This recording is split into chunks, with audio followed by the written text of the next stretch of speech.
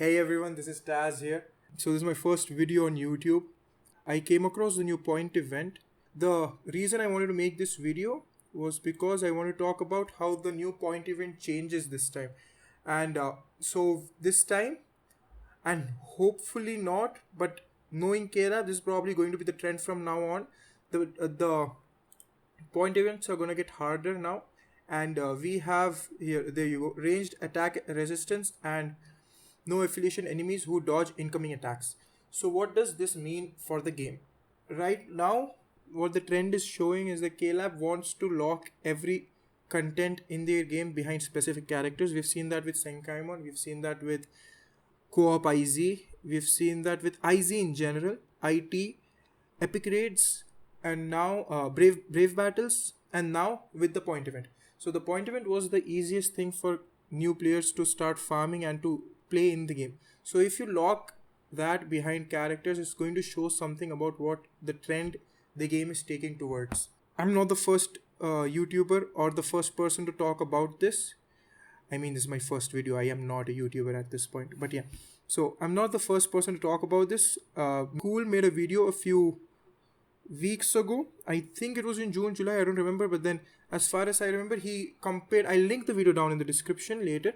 So in the video, he stated that there were around 200k monthly active users. That's anyone who's downloaded the game in that month or played the game even once in that month, while there were only 11k daily active users. That's people who log into the game regardless of whether they play or not, at least log into the game every day for the whole month. So that's a horribly bad trend. That's around 20 times the difference between daily and monthly active users, and that's a bad trend for KLab. And then the money they made, there's another video which also I shall link down in the description from Khool, who spoke about how KLab made around 3 to 5 million in the anniversary with single unit banners. That's Artbook Ichigo and Anniversary Aizen. So what are these trends towards the game for? Right now, it doesn't look like the game's going to survive till the 8th anniversary for sure. 7th anniversary, maybe the 1000 Year Blood War anime returning will create some hype for people to start playing. Even the VTuber collaboration didn't go as well as KLab had probably planned for the game. So what I wanted to speak in this video was on how KLab needs to listen more to us. KLab needs to change the game. I think the game has more years in its lifetime. Definitely. With the anime returning, the game survived some hard years for Bleach, let's be honest. The game did survive, and I think when the anime is returning, when there's a lot of hype for Bleach, when there's many people who want to play the game, I think KLab can capitalize on that and make the game better and make the game last longer. But the way they're going right now with the banners, with the way they're monetizing everything, and the way they're locking content behind particular characters for everything, speaks about how far KLab is actually looking at the game.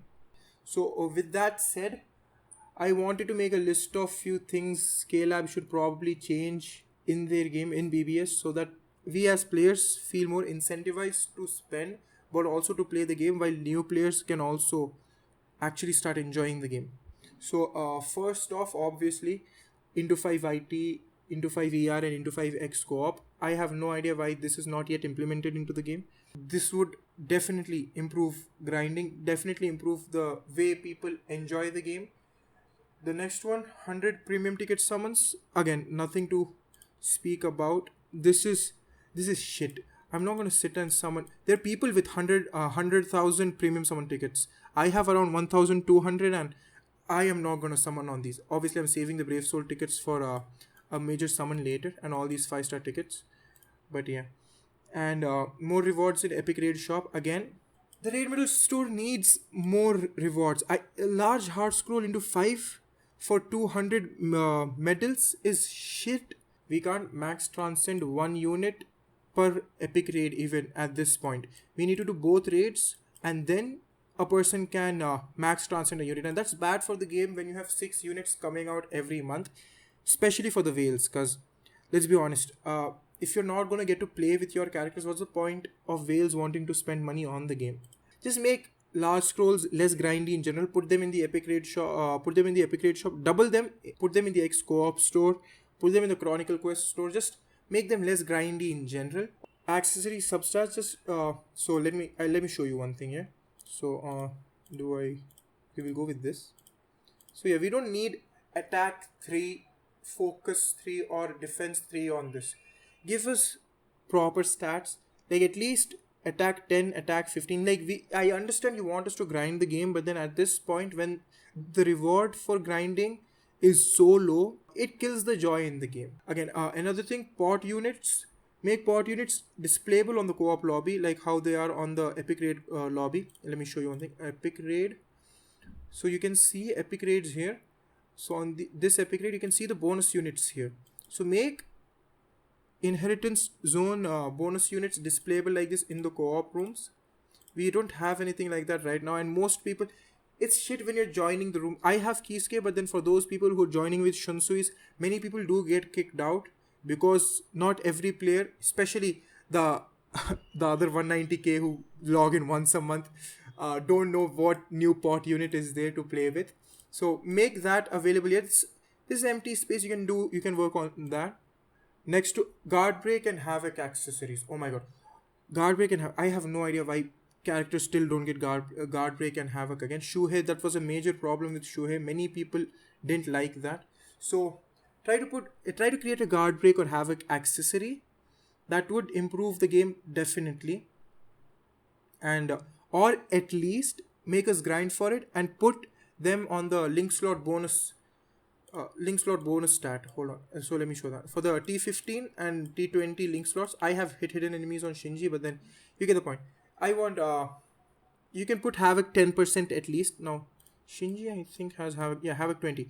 So you can put Havoc 10 here. So we still have we still are incentivized to summon on the end of month banners, but at the same time for the mid month we can use them somewhere else. We can actually get good DPS on them. Guard Break, again, you can put Guard Break. It's not going to change much of your revenue if you let us grind for the game. It's better for the game overall that we play more to use the characters we like, rather than you forcing us to summon on the meta unit every month and then eventually people get burnt out and quit the game. So I did speak about the VTuber collab, and the VTuber collab was about Arena, and that didn't do as well. So again, so the problem with Arena is that it has horrible servers, one, and then at the same time I do enjoy playing Arena, but then that's because I have Art Book Ichigo, let's be honest. If I was using some other character which was not meta, I wouldn't be enjoying Arena. And so make Arena more fun to play. What I would recommend for Arena is create a tier system. So match people who are playing Art Book Ichigo, Annie Eisen. Basically just like you, I'm pretty sure Klab has data saved up on which character is being used the most in their game modes every month, and hence that's why they keep creating a more broken unit every other month. So we know that.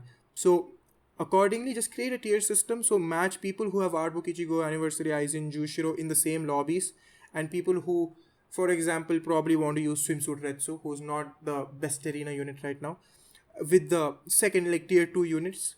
Do that, and most people in my opinion will find that enjoying and probably save Arena to whatever extent it can. Another one was from the 6th anniversary survey that you had. A tower defense game mode for Arena would be awesome. Make it PvE instead of PvP. Make it PvE co-op, but we have to defend a tower defense. So we have to defend the base. That would be nice. That would be a very fun game mode compared to what BBS is giving us right now. I think yeah, that's all for Arena. And coming to the banners, oh my god. The 1.5%, the non-featured fifth step, the single unit banners, just stop all those. If you're gonna continue with the 1.5, I don't personally mind 1.5% on like the other 1.5% on the banners, because I miss a lot of old units. But at least create a pity system for those people who do have the old units, and who like create a pity system for the banners so that we can enjoy the game, we can get the character we want. At this point you aren't focusing on the game modes as much as you are on the characters and how you want to monetize everything. So at least make us able to summon on those characters. I went how many steps? Around 8 steps on this banner, didn't get any Yama, got Desert Society Yoruichi. I mean, I don't mind getting dupes of her, but I didn't necessarily need her. So fix that. better purchasing value. 585 orbs for $80 is too much. No other game charges this much. I mean, I'm probably wrong. Some other game charges this much and gets away with it. But then the only other gacha that I do play is Genshin Impact, which gives you around 5 multis for $100.